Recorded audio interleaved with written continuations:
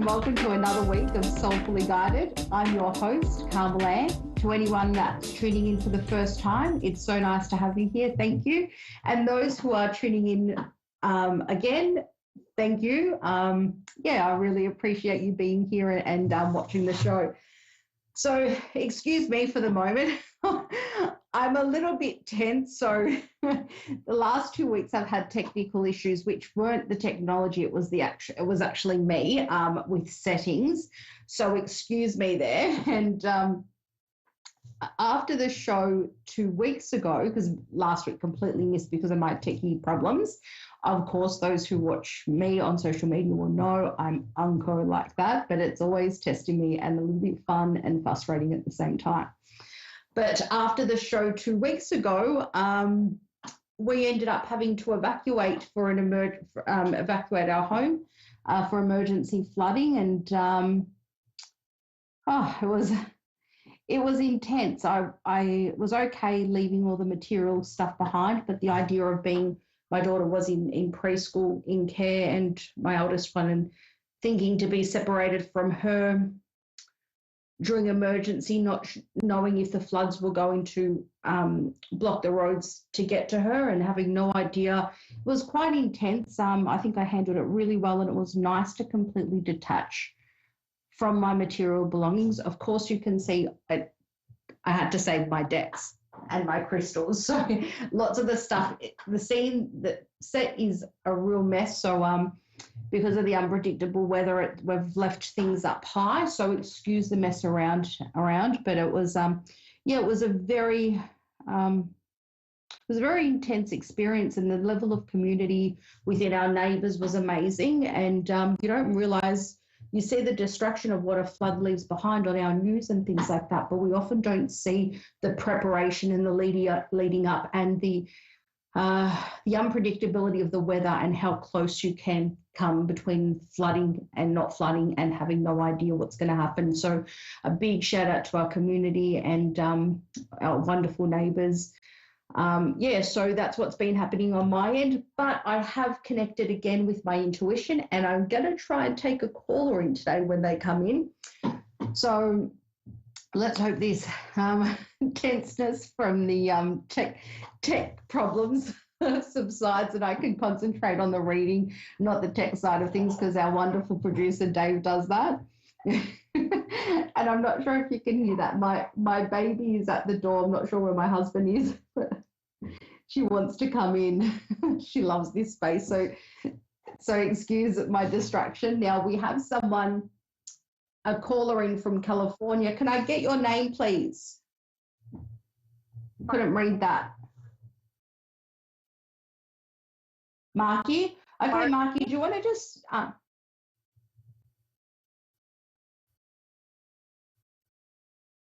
Okay, hello? So yes, are you able to speak a little bit louder? I'm unable to hear you clearly. Marky. Yeah, I got your name. Thank you. So just with I'm not sure, talking about tech issues, I'm not sure why I can't hear you as clearly as I can when the producer speaks to me over the radio. So what we're going to do is we'll just shake it off. If you take a few breaths with me and just get in a state of relax. So just breathe in, breathe out, breathe in, and breathe out.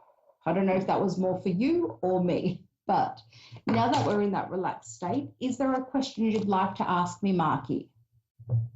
Yeah, I applied for this job, and I'm wondering, will I get it? Will you get it? Okay. Have you interviewed for it yet? Yes, I had my interview yesterday. Yep. Okay, let's see. Okay. Can I please ask, did Marky get the job she interviewed for yesterday? Did Marky get the job? Okay. Marky get the job she did. Okay. Did Marky get the job? Okay. Okay. There's a lot of element of waiting here. Can I have just bear with me? Can I have an outcome card? Okay.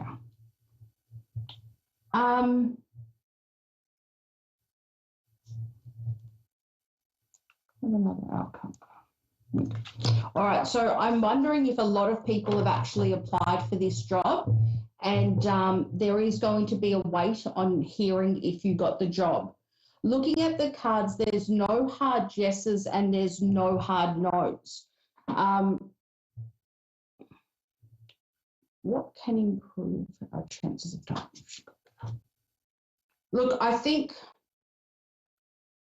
at this stage it is a maybe, which is not probably the answer you're looking for. I think it would be favourable in about, with standard interviewing types. I think that they see you, they like you, they think you sound like a hard worker, and I think they would be balancing you it'll be a balance between you and someone else.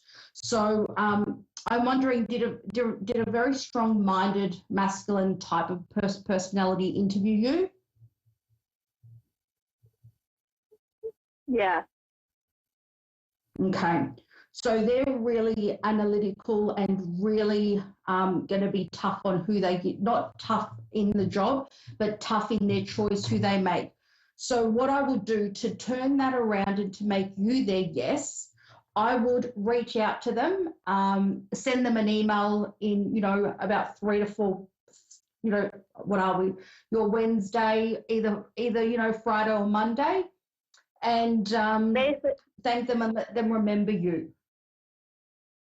Okay, they said that they would make their a decision on Friday. They would make a decision on Friday. Okay, so It is a very close call. It looks like a favourable outcome. So what is the company that she interviewed for going to say to her on Friday? Okay, usually you get stronger yeses or no. It is a very close call here. Is she going to get the job?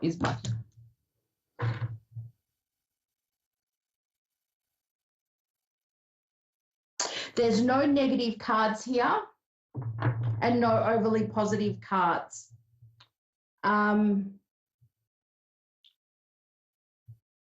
They see the value in you. Look, I would shoot them through a professional email. I know they're going to call you and just say what you liked about the interview. I really liked your organisation because I think I can do this for you, as said in the interview, and I'm really looking forward to hearing from you on Friday.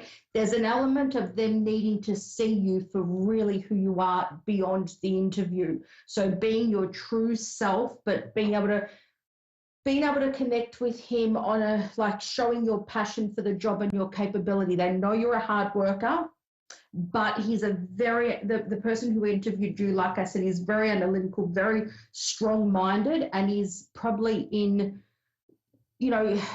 deciding between two people. And I think one of them is you, but I think that would push you, without writing a pushy email, just to write a really nice, professional email, just